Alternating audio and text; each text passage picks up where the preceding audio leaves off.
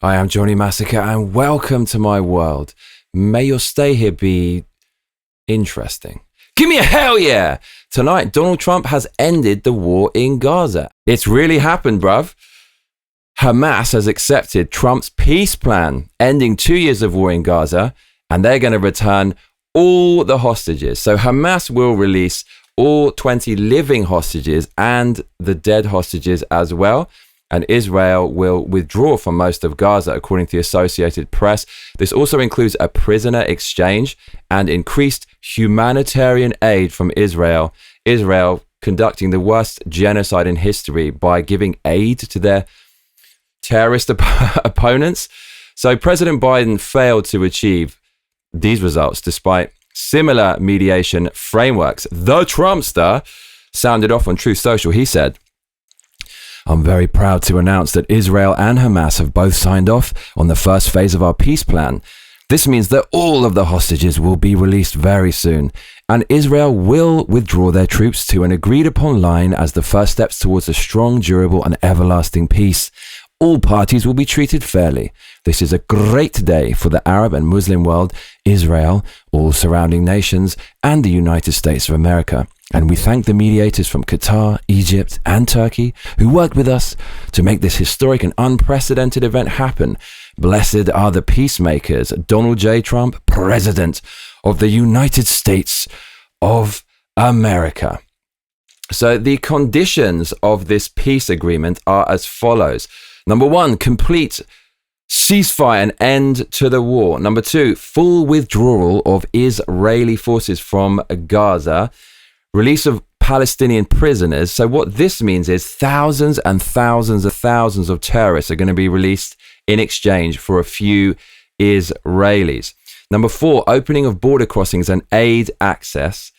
And number five, reconstruction and governance of Gaza. So get ready for your tax dollars to be laundered over in the middle of bumfuck nowhere into rehabilitating a terrorist country, or, well, they like to say it's a country, but it's basically a landfill.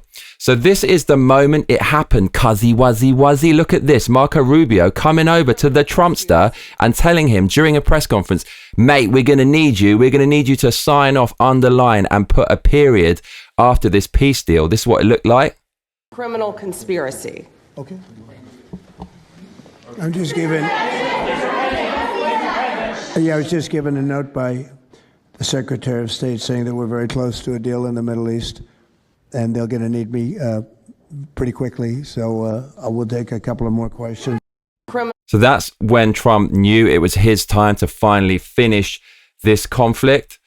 We've got this image here of the piece of paper that was handed up to him, and it says, "Very close. We need you to sign off on this deal." This proves that Trump really is in control of America, unlike Joe Biden, who didn't make any decisions. It was done by whoever his handlers were. So the mad thing is the people in the West who are always talking about ending this war and ending the genocide, they absolutely despise Donald Trump. So they're going to be very conflicted tonight because Donald Trump gave them the exact thing that they wanted. And you know, if Donald Trump told them to breathe oxygen, they would hold their breath until they reached a state on par with an Israeli hostage in terrorist Palestine. So I fully expect the left who are calling for the end of the genocide to actually change their tune because Donald Trump ended it and then support the war to continue. Anyways, Donald Trump is the most peaceful president in living memory. The only guy who compares is someone who was the president of America more than 50 years ago, Nixon. So these are the total number of conflicts started by American presidents since 1945. Harry Truman started 2 conflicts, Eisenhower 3, John F. Kennedy 1, Lyndon Johnson 2, Richard Nixon in 1969, he ended his presidency, 0. Unbelievable. That was literally 51 years ago. He's the last president to not start a conflict before Donald Trump. In the meantime, all of the presidents started conflicts. Ford, Carter, Reagan started 6, Bush started 4, Clinton started 5, George W. Bush started 3, Barack Obama 7, holding the record. Donald Trump first term, 0 conflicts started. Donald Trump second term, 0 conflicts started. No new major wars. Amazing stuff. Trump ends wars, he doesn't start them. Trump ended the India-Pakistan conflict. He brokered the ceasefire in May of 2025 this year. Trump ended the 12-day Israel-Iran conflict this year. Trump ended the Rwanda-DRC conflict in June 2025. Trump ended the Thailand-Cambodia border clashes. He brokered a ceasefire in July of this year, 2025. Trump ended the Armenia-Azerbaijan dispute in August. Trump ended the Egypt-Ethiopia dam dispute in June. Trump ended the Serbia-Kosovo tensions in 2025. And now he has ended the Israel-Palestinian conflict. And I absolutely love this. It's one of the reasons I love Donald Trump. You just know this wouldn't have happened under Biden. So there you go. This is a major, major, major accomplishment by Donald Trump. You saw that. I gave you the evidence. He was the one who decided that this was going to happen. Only President Trump could have done it. Trump has a history of bringing warring Arab nations to the negotiating table to create some sort of harmony in the Middle East with Israel. He did it with the Abraham Accords.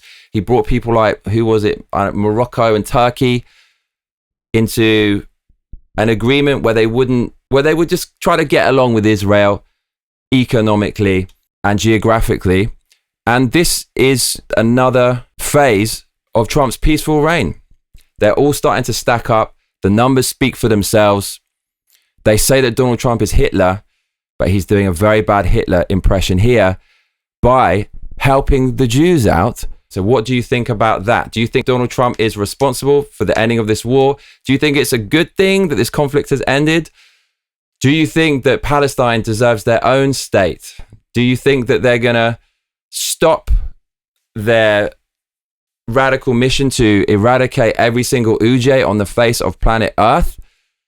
My opinion on this conflict has not changed at all since day one. When this kind of popped off several years ago, I kind of did a bit of research for a day, and my opinion on it hasn't changed at all.